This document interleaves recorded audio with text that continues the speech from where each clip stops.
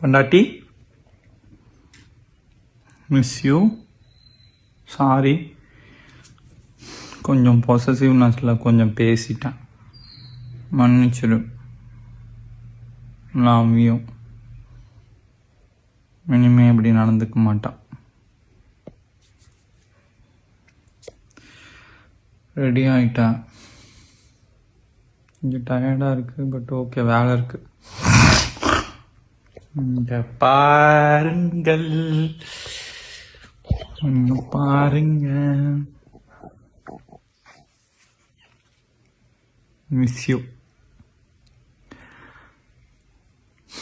சரி, கிளம்புறேன், ஹாப்பியாரு, tata, love you.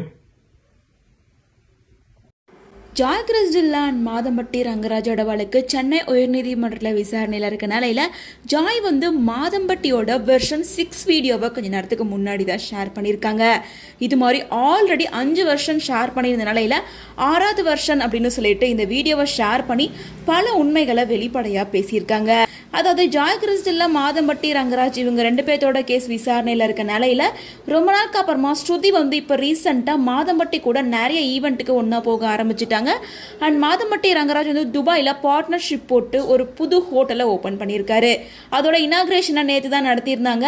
Actor Shahrukh Khan அவர்கள் தான் ஸ்பெஷல் கெஸ்ட்டாக ஷாப் ஓப்பனிங்கை பிரம்மாண்டமாக நடத்தி கொடுத்துருந்தாரு.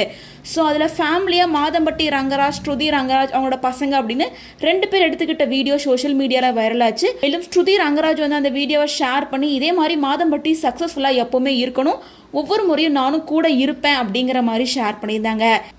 ஏன்னா மாதம்பட்டி ரங்கராஜ் இதுக்கு முன்னாடி ஜாய் கூட ரிலேஷன்ஷிப்பில் இருந்தப்ப அவர் ஃபாரினில் ஓப்பன் பண்ணுற ஒவ்வொரு ஷாப் ஓப்பனிங்க்கும் ஒவ்வொரு ஈவெண்ட்டுக்கும் ஜாய் கூட தான் போவாங்க.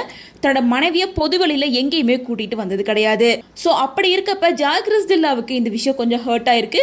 ஸோ அதனால தான் ஒரு வீடியோவை ஷேர் பண்ணியிருந்தாங்க. மேலும் இந்த வீடியோவை ஷேர் பண்ணிட்டு ஜாய் என்ன சொல்லியிருக்காங்கன்னா, ஒரு பெண்ணோட வாழ்க்கையை செதைச்சு குழந்தையோட எதிர்காலத்தை கைவிட்டவன் ஒரு ஆணே அல்ல. ஒரு குழந்தைக்கு பேர் கொடுக்கிற தைரியம் இல்லாதவன் தந்தை அப்படின்ற உண்மையை விட்டுட்டு ஓட முடியாது. ஸோ கண்டிப்பாக நான் 2026க்கு வெயிட் பண்ணுறேன், கோர்ட்டில் நீங்கள் எனக்கு பதில் சொல்லியே தீரணும் அப்படின்ற மாதிரி இந்த வீடியோவை ஷேர் பண்ணியிருக்காங்க.